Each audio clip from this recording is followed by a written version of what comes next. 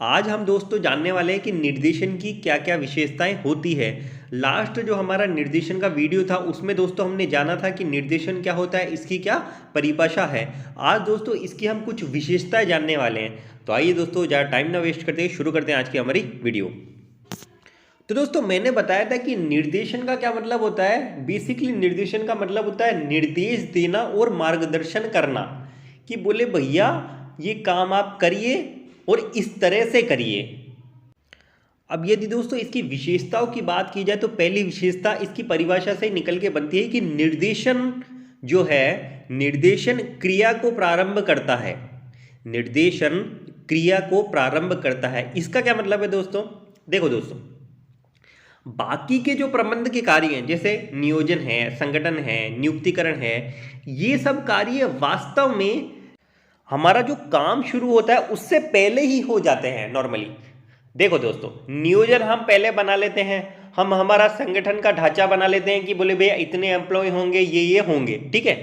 इसी प्रकार उसके अनुसार हम स्टाफिंग मतलब नियुक्तिकरण कर लेते हैं, मतलब एम्प्लॉयज को अपॉइंट कर देते हैं। तो मतलब जो बाकी के जो कार्य हैं हम एक्चुअल में जब हमारा फैक्ट्री या कारखाने में काम शुरू होता है उससे पहले ही हम कर लेते हैं। लेकिन दोस्तों जब हमारा एक्चुअल वर्क जो स्टार्ट करता है ना, वो निर्देशन करता है कि हाँ अब आप अपना कार्य शुरू कीजिए और इस प्रकार से शुरू कीजिए। ये किसका काम है? ये काम दोस्तों है निर्देशन का। तो डायरेक्शन क्या करता है दोस्तों? क्रिया को प्रारंभ करता है।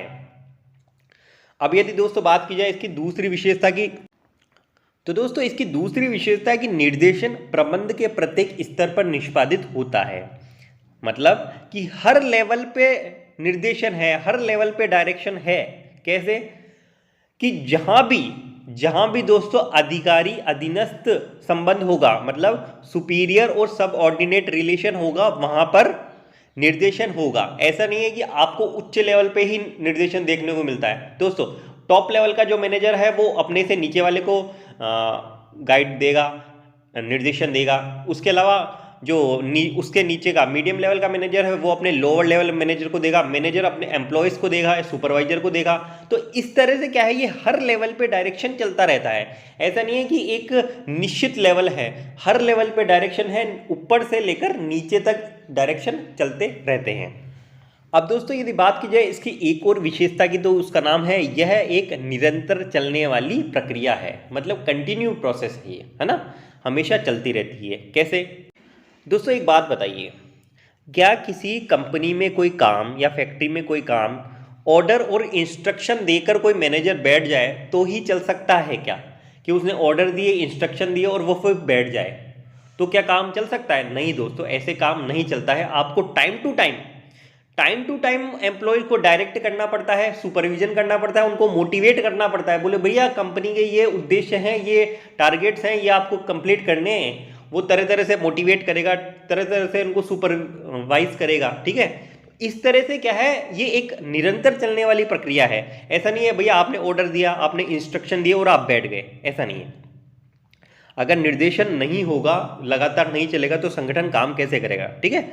तो आपको कंटिन्यू स्टेप्स लेने होते हैं इसमें।